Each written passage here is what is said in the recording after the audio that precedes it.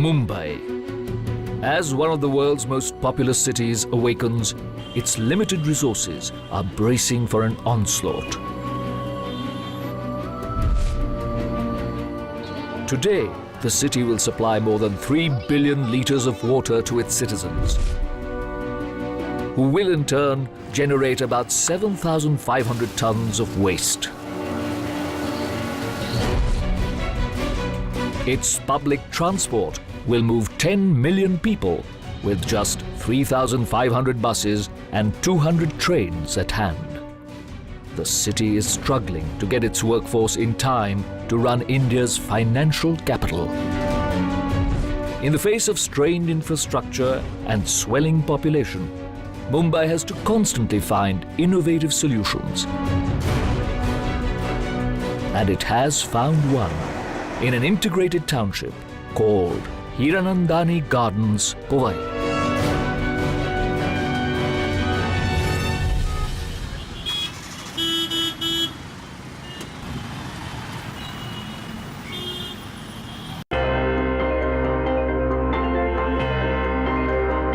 The mega cities of the world show signs of order, structure, and planning.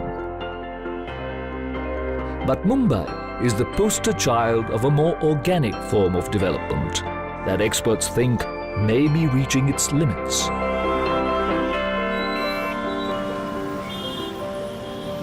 Contrary to popular belief, Mumbai is not a maximum city. People say it's a maximum city, but I think that is a very finite statement. There's no scope for growth. I call it the ultimate settlement. This ultimate settlement is bracing for a new mass of people.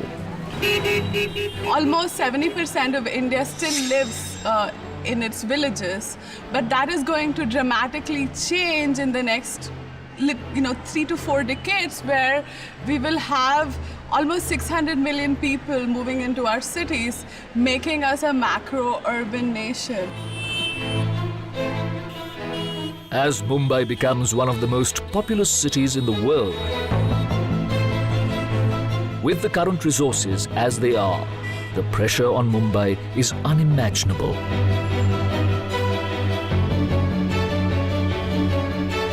Mumbai really faces the pressure of the number of people per square foot or per capita if you look at the space available to the city. By 2050, India will add 2 times the population of the United States of America to its cities. This is, probably at the height of crisis. It's very hard to make sense of how the city of Mumbai is working with the extent of resource crunch that it is in right now. To tackle the resource crunch, Mumbai has slowly reinvented itself. Over the decades, the city has invested in bridges, roads, and other infrastructure. But it needed a new way of looking at the housing needs of the constantly changing demographic of the city. As the population of the city moved to the suburbs, a new opportunity arose. In the late 90s, the Indian middle class became very vocal about their needs. You could see that they were looking for that quality of life, even in the way they lived every day. And as a direct reaction to this, you'd see the private sector start to develop around that time, and maybe a little before, integrated township that were in some ways oases within the city that would kind of provide some of those basic issues that were not available in the larger metropolitan region. And some of them succeeded, some of them not so much. Building integrated townships from scratch was one of the solutions. And one such township lies 32 kilometers from the city in the suburb of Powai.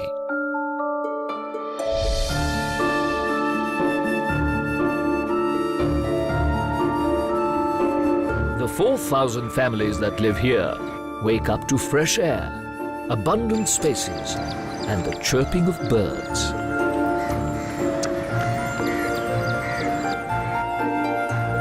This self-contained community boasts its own schools, a 240-bed hospital, a business district, and all the amenities required for a good quality of life. All within a 1-kilometer radius.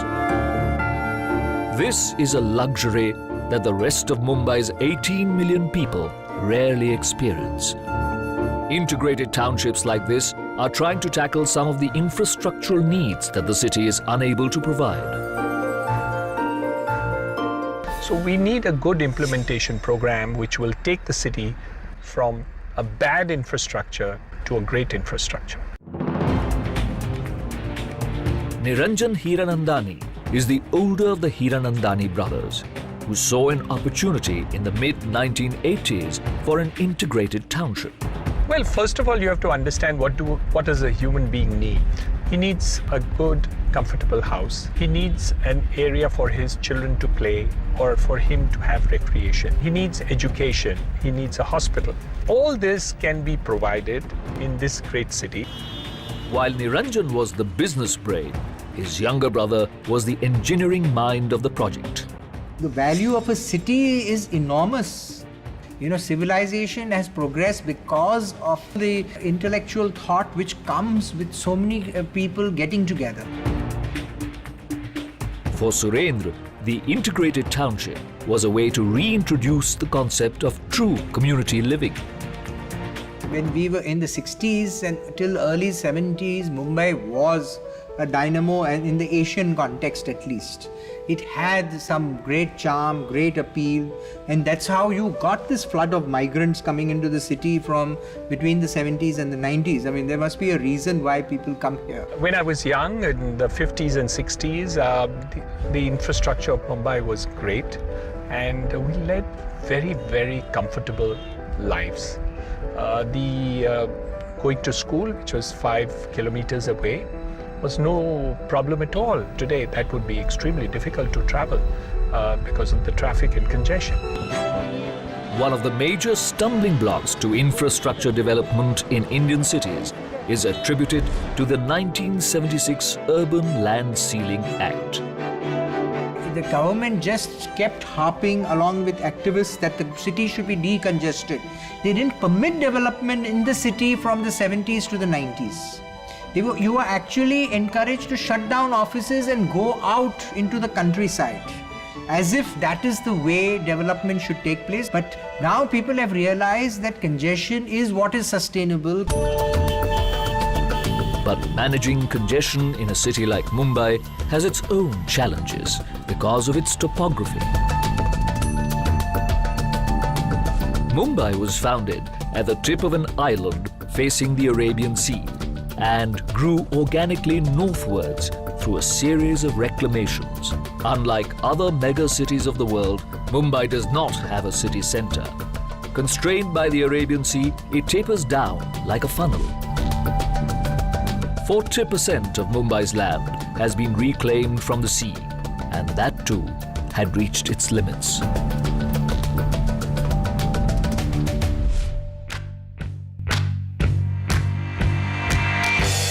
The first step towards building an integrated township was to find a plot of land where the Hiranandanis could start from scratch. But land was scarce, even in the 1980s. The first time I looked at the property, my ideas were utopian. You know, it will be a fairy tale land in the sense that it would be beautiful. And that was an aim, and we really wanted something large enough. We couldn't afford anything which were closer to the city.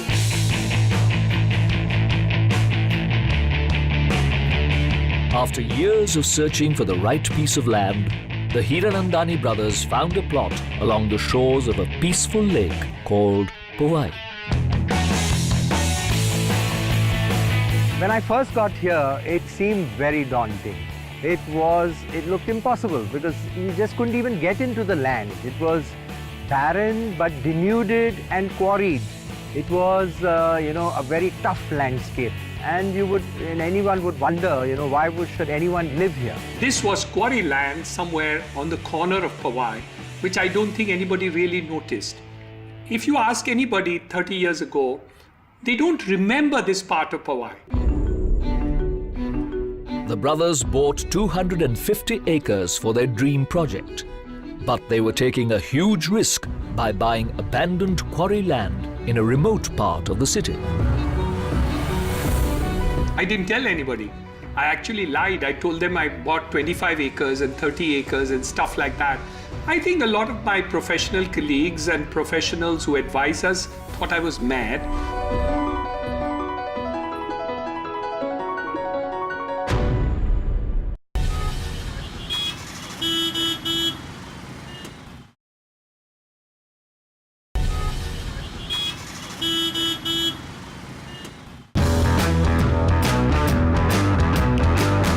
In the mid-1980s, the Hiranandani brothers ran a textile mill, and they decided to take drastic measures with their businesses. We started with textiles and we did a little bit in real estate, and soon we were in difficulty with both. We were losing money and we were in debts, and one fine day we decided to sell off the textile unit and we were bang into the real estate business. With 250 acres of desolate land in hand, the Hiranandani brothers were desperately in need of a plan to turn it into the satellite township they hoped for.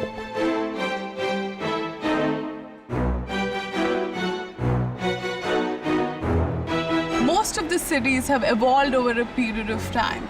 So the challenge that we face as urban planners is that how do you make that idea of a livable, vibrant city happen in that small timeline that we have. The task of masterminding this transformation went to architect Hafiz Contractor. My architecture is always for a reason. I just don't do anything for the sake of it. Mumbai's architectural history has its pedigree in 19th century British colonial architecture. It is a mix of Victorian, Neo-Gothic and Art Deco styles that gives the city a unique identity. The Hiranandanis tapped Hafiz's creative genius to create the blueprint for an integrated township that would not only counter the infrastructure crunch in the city, but also give it a unique architectural icon.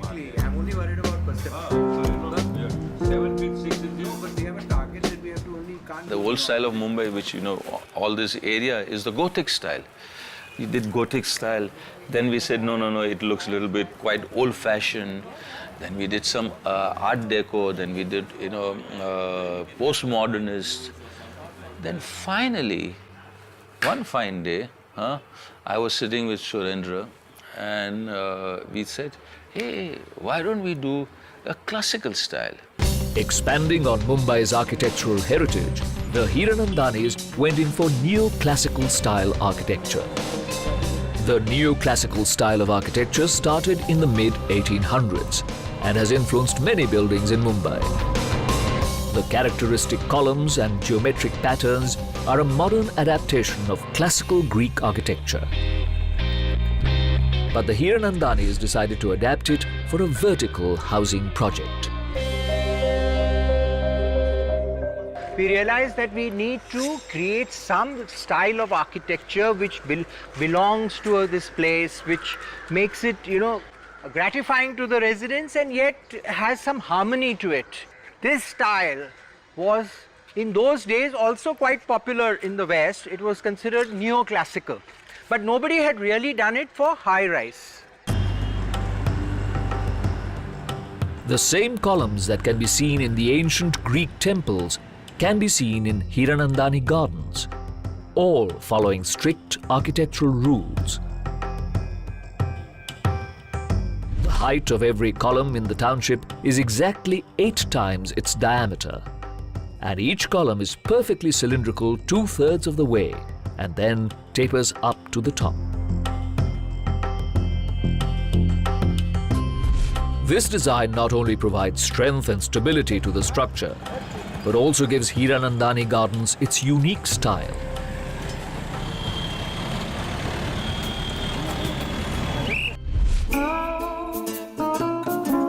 colonnades on the top of the residential complex are an ingenious way to mask the eyesore of utilities that usually adorn high-rise buildings.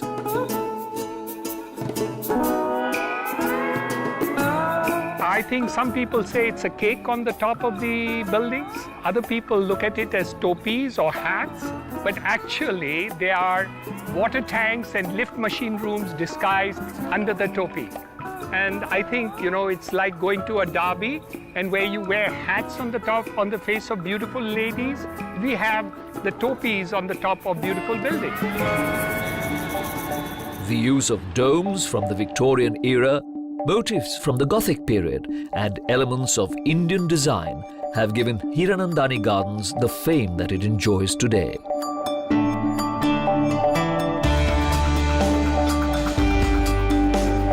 In fact, there was a survey taken by Times of India, and they asked what kind of an architectural building you like.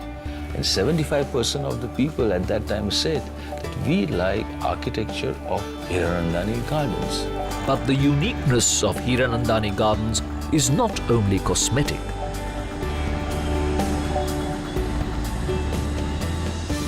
Each and every building in Hiranandani Gardens, we have a double wall.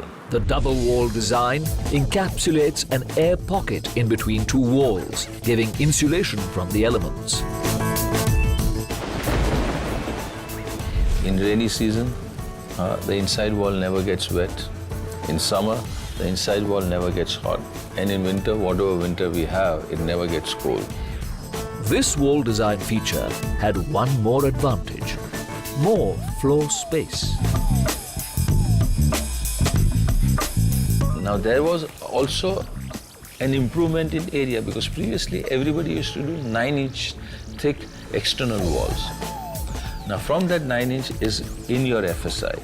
So what I did 6 inches, so you get more carpet area, and created another 6 inches outside, which was not in FSI. So you get more area. 70s and 80s, everything was in shambles. Nobody really knew how to construct. There was no consultant you could hire. So we had to make our own, guidelines for construction. We had to go refer to Australian standards, Singapore standards, European standards, American standards as a reference, and created our own reference. Some of the innovations in concrete and wall design used in Hiranandani Gardens are now standard practice in the construction industry. But the construction process was not without its obstacles. There were so many challenges that you can't imagine. There was no water, there was no electricity, there were no proper roads, so it was almost an impossible task. So everything was really a challenge. There was also a challenge for making people believe that we would construct the buildings, because it was so far away. In the 80s, early 90s, there was no funding from the organized sector. You had to take own private sector loans at absolutely like usury. It was usurious interest rates, and you had to survive with that. The markets were very weak, and we selected a location which was, for all practical purposes, in the boondocks. Despite the challenges, by the early 1990s, the buildings in Hiranandani Gardens were nearing completion. But the real challenge was to convince people to move into Powai.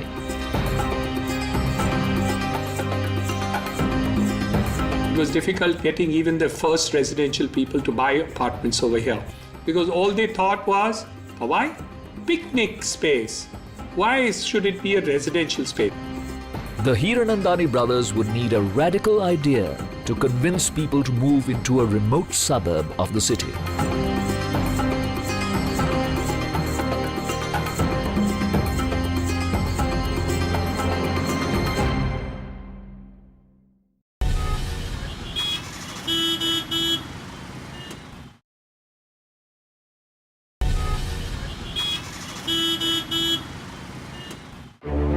By the early 1990s, the Hiranandani brothers had constructed the first buildings in Powai. But it was hard getting people to move into a remote suburb. The Hiranandani brothers decided that the only way to attract people to Powai was to provide a quality of life that could not be found anywhere else in Mumbai. And the secret was lush green gardens.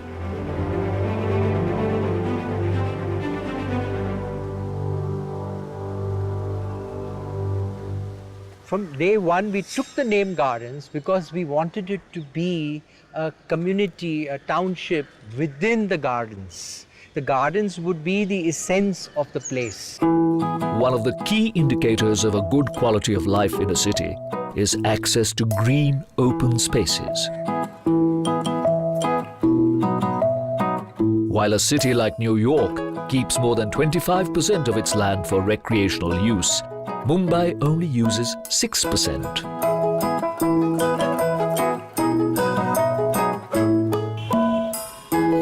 In a city where space is a big constraint, it is difficult to pitch for free open spaces.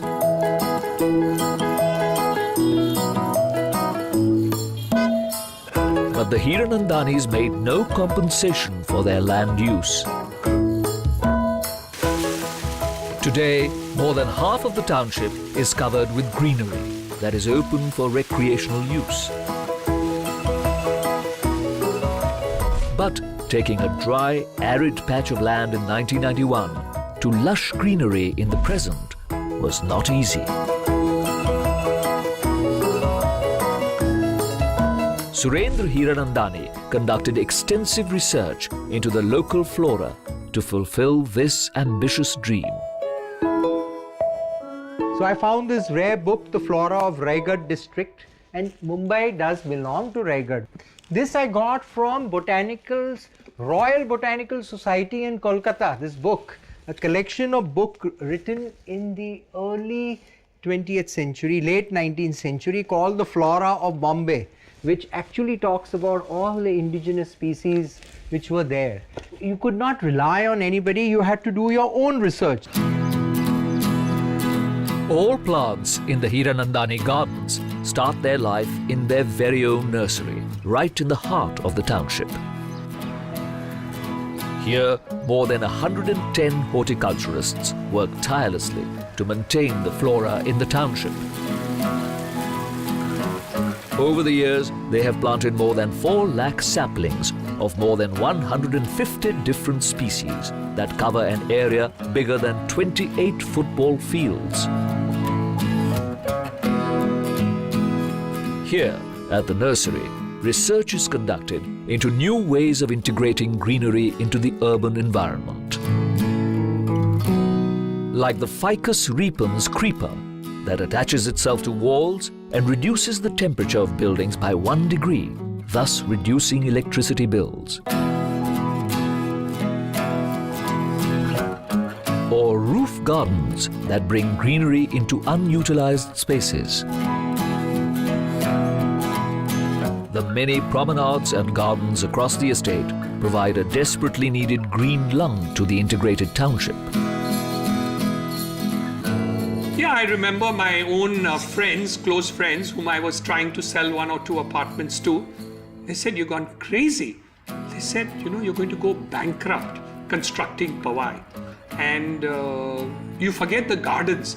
You won't be able to have a single inch of lawn that you will be able to afford at the end of the day. Forget your 50 and 100 acres of gardens that you're talking about." The hard work paid off as families began moving into Hiranandani gardens, attracted by the opportunity for a healthy lifestyle in a congested city.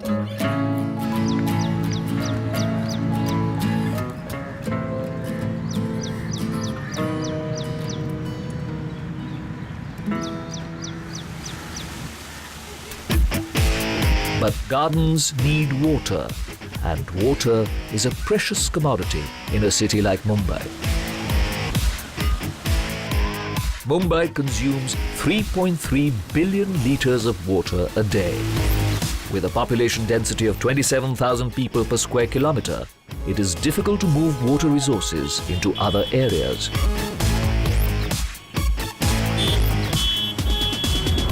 Mumbai generates 10 billion litres of wastewater, of which only 15% is treated and recycled. But in Hiranandani, they have managed to recycle more than 80% of sewage water.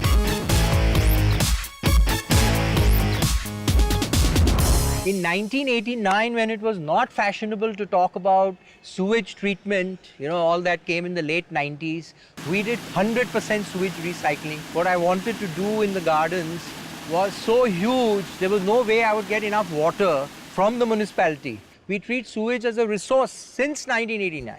Leading the charge of water recycling in the Hiranandani Gardens, Powai, is marine engineer Anant Palkar. Total sewage from Hiranandani Gardens gets collected here in this tank beneath. This is a sewage overflow wall which is letting sewage go to the main sewer lines of BMC. This is generally kept closed and total sewage gets collected here. It is pumped from here for sewage treatment. Around 2 million litres of sewage per day gets collected here and is treated in a sewage treatment plant. 2 million litres, it's around 200 tankers per day. Below every Hiranandani building lies a tank that collects all sewage discharge. The discharge is then pumped into the sewage treatment plant, where more than 50% of the water is treated and sent back for use in flushing. The rest of the water is used for gardening purposes. Hiranandani Gardens does not rely on municipal water to keep its plants green. In Mumbai, most of the water going as sewage is treated in a centralized sewage treatment plant of BMCs and they are letting it go to sea. We are blocking the water. Whatever water is coming, sewage is coming, we're treating it and reusing it. During summers, not a single drop of water goes out to BMC mains. And in true Hiranandani style, the sewage treatment plant is camouflaged within a functioning park. I don't know a single project probably in Mumbai at least, and Maharashtra, where such a large project had its own sewage treatment plant. We were probably the first in the state of a project of this size. Making green spaces available in a city is beneficial not only to its human residents, but also to its fauna. Ashish Mantri is an avid photographer and birdwatcher who moved to Powai 15 years ago. Earlier, he travelled 50 kilometers to the nearest bird sanctuary. But today, he finds his treasures right here in Hiranandani Gardens. Can you hear that sound? See, that's a tailor bird. Tweet, tweet, tweet, tweet.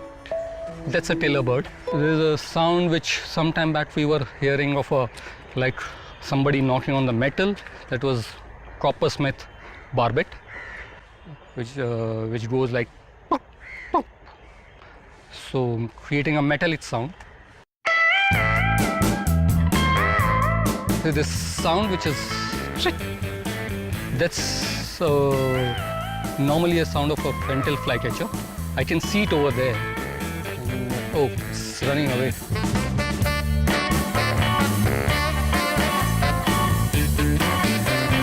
This is magpie robin, pied color bird, and it sings very beautifully. Early morning you can hear its call once it comes into the breeding season. I think a perfect way to wake up.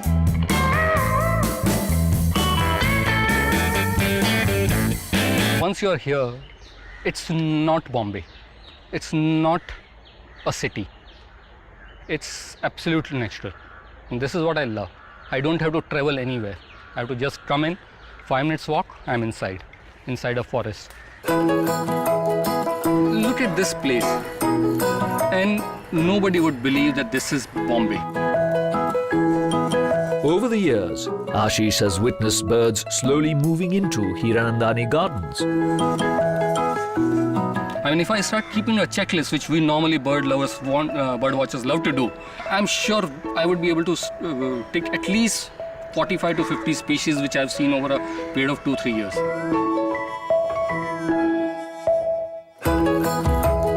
These birds are in a way a testament to the success of Hiranandani Gardens in transforming an abandoned piece of land into a micro-ecosystem. But to turn the estate into a true integrated township, Hiranandani Gardens needed to turn a residential complex into a community by investing in social infrastructure.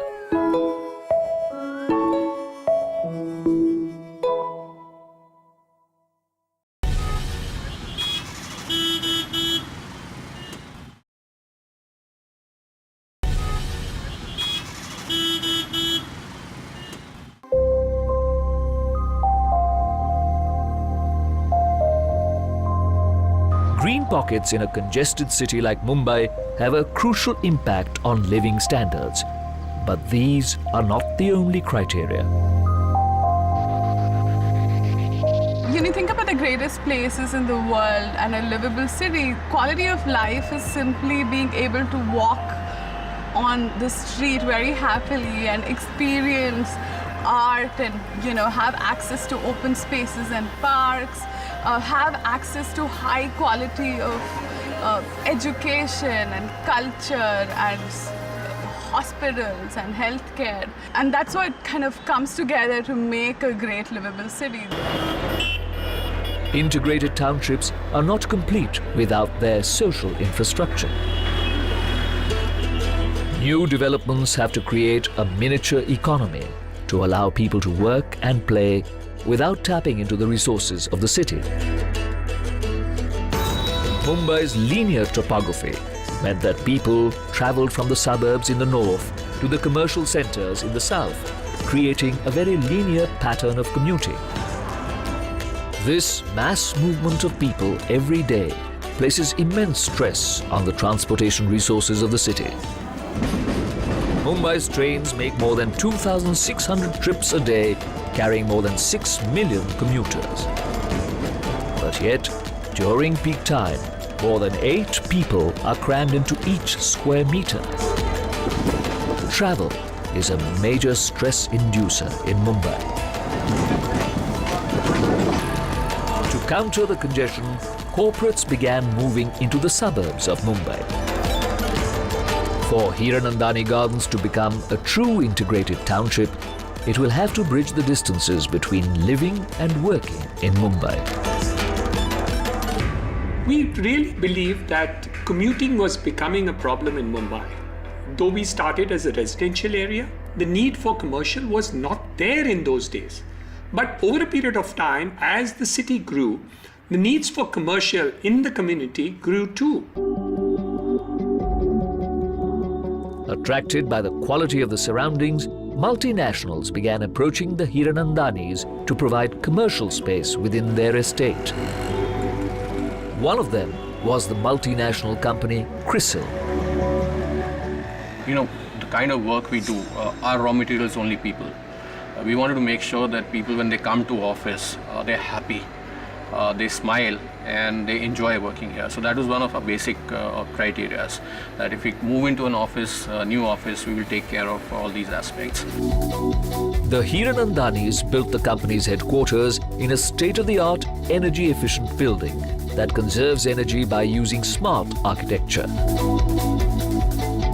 Initially, when we moved here, there were some, there were skeptics who said, moving to Powai.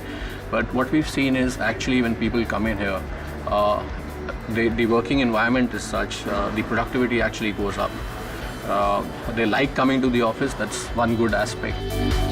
Today, Hiranandani offers more than 5 million square feet of office space that has been lapped up by some of the world's biggest multinational companies. I think integrated townships could be the way forward. If city planners can plan that effectively, I think it'll be good for everybody. It'll be good for the employees, it'll be good for the companies. It'll improve efficiency, it'll improve productivity.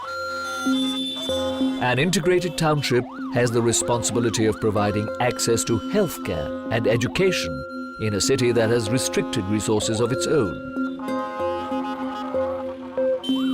The existing healthcare for the city was planned in the 1980s for a population of 7 million people. But today, it is being used by 18 million people.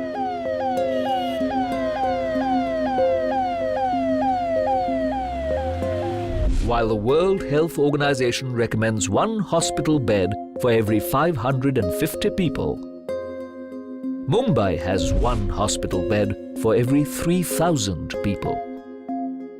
At Hiranandani Gardens, Powai, there is 1 hospital bed for every 100 residents.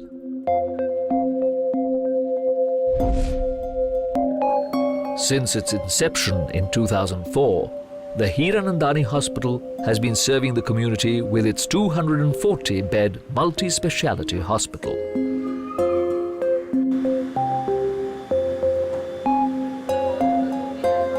Where you have ample greenery and garden space, you are enthused to walk.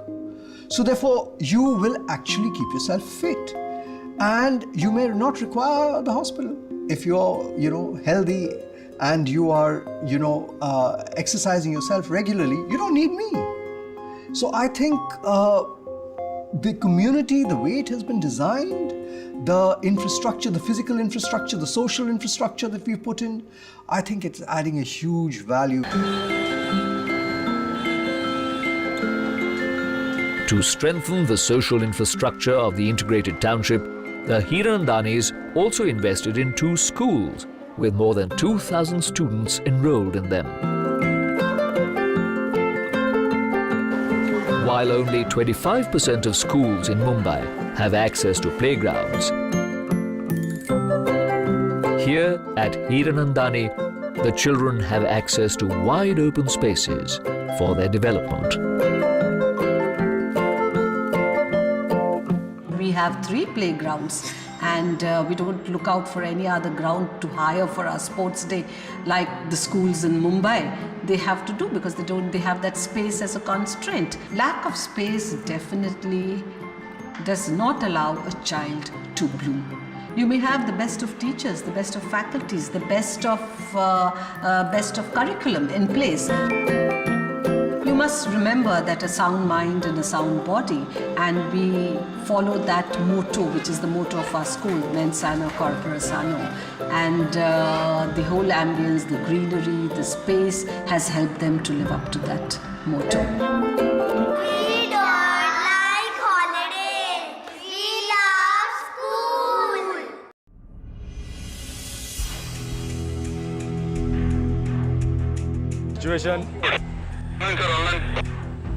Situation normal. Normal. Location. Circle, sir. Spread southern. Hiranandani Gardens employs a crack team of commandos who provide round-the-clock surveillance for the estate. Yes, sir. अभी यहाँ पे approximately 300 acres का area है. वहाँ पे 27 commercial zone है, 47 residential zone है. Minimum 25,000 to 30,000 sir public रहते हैं यहाँ पे. उनके सिक्योरिटी के लिए हम लोग को हमारा यहाँ पे कमांडो ग्रुप है जो हम लोग फुट पेट्रोलिंग और बाइक पेट्रोलिंग कंटिन्यूस करते रहते हैं. 24/7 हमारा सर्विसेज है. Today, the security team is investigating a recent spate in manhole thefts around the property. यहाँ पे कुछ मैनुअल्स है जो पिछले कुछ दिनों से चोरी हो रहा है, तो उसके लिए हम लोग ने विजिलेंस पे मेरा एक बंदा रखा है जो कमांडो सिविल ड्रेस में है. वो उधर होने वाले एक्टिविटीज़ पे ध्यान देगा. कि टिपिकल बॉम्बे लैंग्वेज में फील्डिंग कहते हैं और प्रोफेशनल लैंग्वेज में उसको विजिलेंस कहते हैं. Apart from staking out for criminals, the commandos have access to CCTV cameras placed strategically all across the estate. Sanjay and his team have nabbed many gangs that have operated in the area and have received bravery awards from the Mumbai police. The residents can be assured that Sanjay's hawk eye will keep them safe.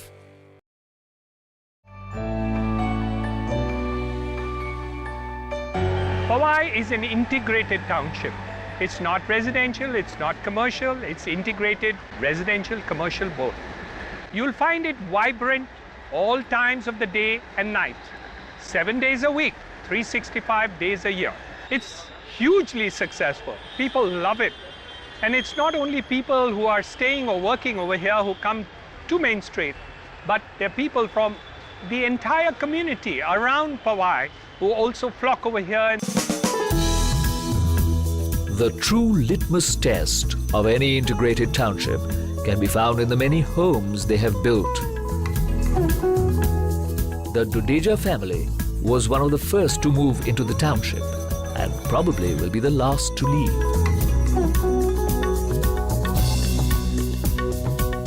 But we all live in this house, Preeti. For last 14 years. 16 years, no? 14 years, no? 16 98 onwards, 15 plus. There is no open space like Powai. I don't think any other suburb has such open space. It's very safe also. Safe. Yeah, safe too. Very peaceful. When you go around and the gentry you see around, the people, they are very positive, and it's a good place to live. No, now we don't want to shift anywhere else. We don't know. We don't want to shift anywhere. Many other builders have tried to copy this example, but they have not come nearer to what Powai has been able to build. Hiranandanis have been able to build in Powai. Hiranandani Gardens Powai has not only impacted the lives of the people living in the residential complex, but transformed the entire suburb of Powai that was once a mere picnic spot. I do hope that India will see an emergence of leaders from civil society and private sector who can create those integrated communities and spaces that not just create a fabulous quality of life, but also ensure that we're building communities that are inclusive and sustainable. I think ultimately you have to end your life with some amount of self-satisfaction. At the end of the day, you can't take it all. And what we have done really is to try to see that as we have earned, we have given back to society. We have created a template for good construction, definitely. That was our original intention, but also an attitude to how you go about doing things. Individual family level who actually lives here, or the people who work here, how they can, live in a place which is conducive to growth of human society, the betterment of a city. Hiranandani Gardens Powai is a good example of how integrated townships are changing the way people relate with the cities of the future.